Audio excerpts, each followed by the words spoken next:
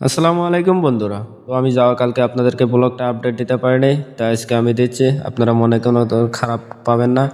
কালকে আমি অ্যাকচুয়ালি ঘরে শুয়ে আসলাম, তারপর কিন্তু একটা দাওয়াত খেতে আসলাম।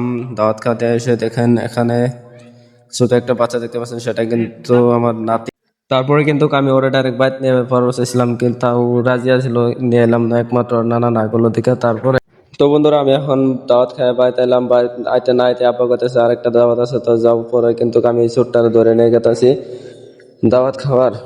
তারপরে কিন্তু কাজকে জায়গাতে আছি, ওরা কিন্তু যাওয়া কালকে আপনাদেরকে ফুল ব্লগ দেখাচ্ছি, যে এসে পড়ছি ইতিমধ্যে।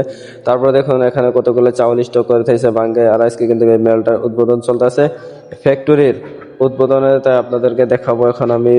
দেখেন এখান দিয়ে কতগুলো মানুষজন বসছে, আর এখানে দেখুন ধানগুলো, বহুত ধান কিন্তু আজকে এখানে ঢালা হয়েছে।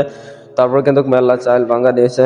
তারপরে এখানে দেখুন কতগুলো মানুষ এসেছে, কিন্তু যাওয়া কালকে এতগুলো মানুষ কিন্তু আসছিল না, তাই বলছি আজকে খাবার দিবে, তাই বলে কিন্তু সবাই এসছে, যেমন আমি। তারপর দেখুন এখন আমি চলে যাব ভিতর দিকে। ভিতর দিকে গিয়ে আপনাদেরকে দেখাবো। এখান দিয়ে দেখুন কিরকম করে তুষ বের হয়েছে। তো ধানের প্রত্যেকটা প্রকারে প্রকারে জায়গায় বে জায়গায় দিয়ে এরকম করে তুষ বের হয়েছে, চাউল বের হয়েছে, মানে এখান দিয়ে ডালার পর দেখুন কত খান দিয়ে যে বের হয়েছে, এটাই হয়েছে বাস্তব। আর তারপরে এখান দিয়ে দেখতেই পাচ্ছেন কতগুলো মুন্সি মানুষগুলো বসে আছে, এখানে খাবার জন্য ওয়েট করছে।